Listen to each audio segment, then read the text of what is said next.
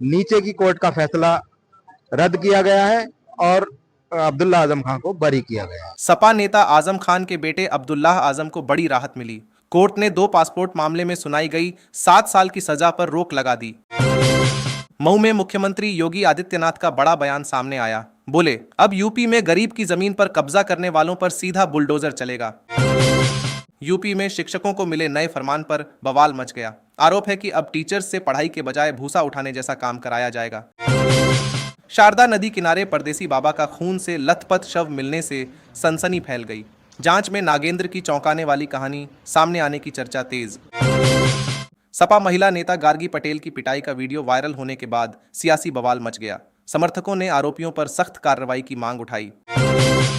शाहजहांपुर में फर्जी लोन जांच करने पहुंची पुलिस टीम पर हमला हो गया। बदमाशों ने दरोगा की वर्दी फाड़कर फायरिंग की और मौके से फरार हो गए। यूपी में मौसम का बड़ा अलर्ट। कई जिलों में तेज आंधी और मूसलाधार बारिश की चेतावनी जारी। मौसम विभाग ने लोगों को सतर्क रहने की सलाह दी है। यूपी में अगले 24 घंटे भारी पड़ सकते हैं। 100 किलोमीटर प्रति घंटे की रफ्तार से तूफान और कई जिलों में ओलावृष्टि का अलर्ट जारी। आंधी और बारिश के बीच मुख्यमंत्री योगी आदित्यनाथ ने अधिकारियों को फील्ड में उतरने के निर्देश दिए। 24 घंटे में मुआवजा देने को कहा गया। यूपी में पेट्रोल डीजल की नई कीमतें जारी हो गई हैं। कुछ शहरों में तेल महंगा हुआ, जबकि कई जिलों में लोगों को राहत मिली है। सहारनपुर में पुलिस और बदमाशों के बीच दिन दहाड़े मुठभेड़ हुई। 1 लाख का इनामी बदमाश एहसान कपूरी मारा गया, जबकि 2 पुलिसकर्मी घायल हुए। पूर्व सपा नेता नवाब सिंह और उनके भाई नीलू यादव को गैंगस्टर मामले में कोर्ट ने 8-8 साल की सजा सुनाई। फैसले के बाद कन्नौज में हलचल तेज हो गई। लखनऊ के चारबाग रेलवे स्टेशन पर प्लेटफॉर्म नंबर 5 का टिन शेड गिर गया। हादसे में टीटी समेत 3 लोग घायल हुए। रेलवे ने जांच के आदेश दिए। सहारनपुर में पुलिस मुठभेड़ के दौरान 1 लाख का इनामी बदमाश एहसान ढेर हो गया। इंस्पेक्टर समेत 2 पुलिसकर्मी घायल। इलाके में सर्च ऑपरेशन जारी है।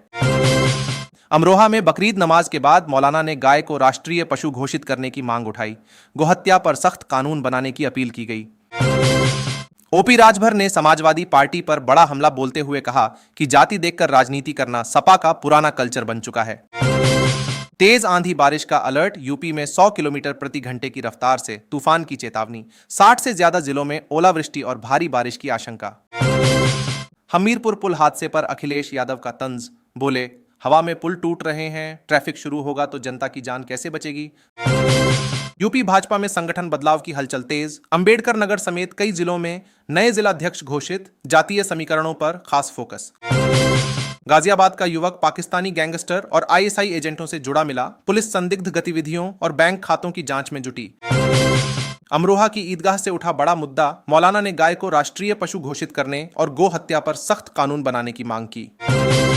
योगी सरकार का भ्रष्टाचारियों पर बड़ा एक्शन। 5 जिलों के 12 अफसरों और कर्मचारियों की गोपनीय जांच शुरू। आय से अधिक संपत्ति के आरोप।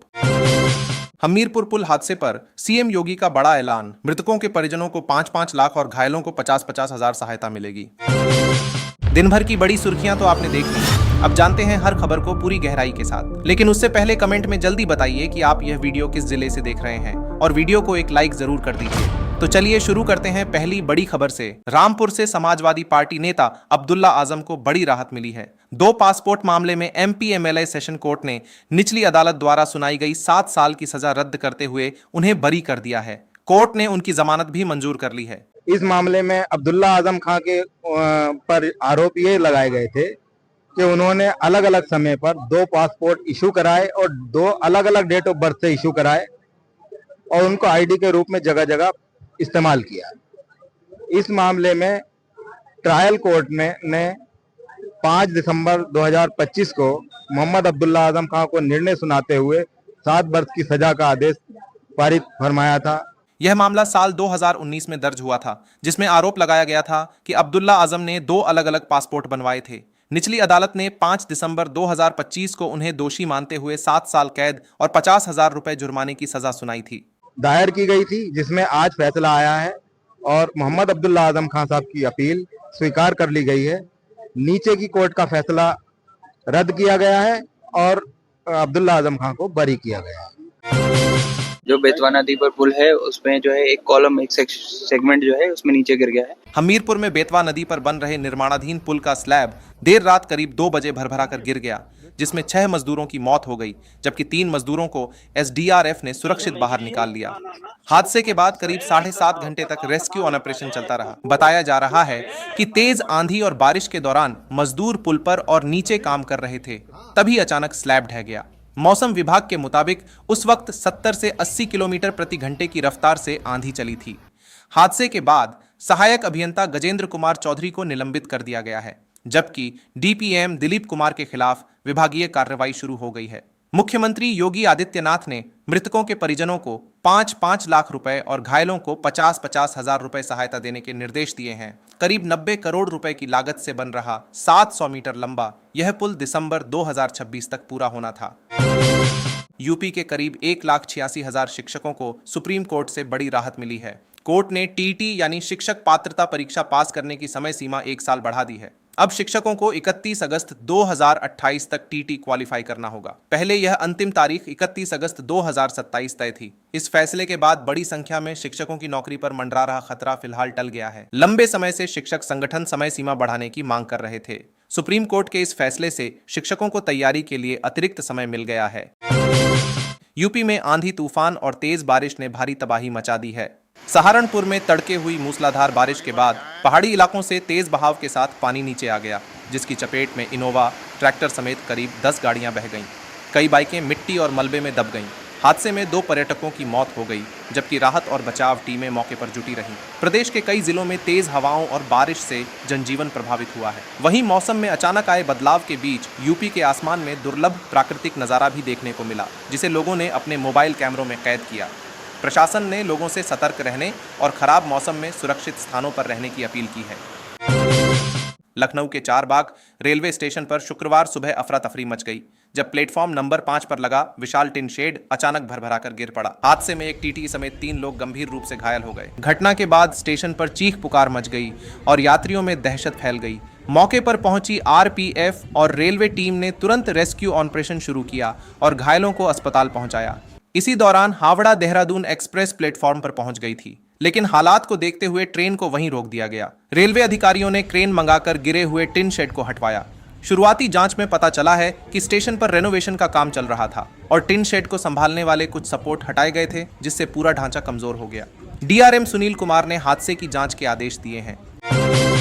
मऊ में मुख्यमंत्री योगी आदित्यनाथ ने समाजवादी पार्टी पर जमकर निशाना साधते हुए कहा कि अब कोई माफिया खुली जीप में घूमकर हिंदुओं को धमका नहीं सकता। उन्होंने कहा कि पहले की सरकारें गुंडों और माफियाओं के सामने नतमस्तक रहती थीं, लेकिन अब प्रदेश में कानून का राज है।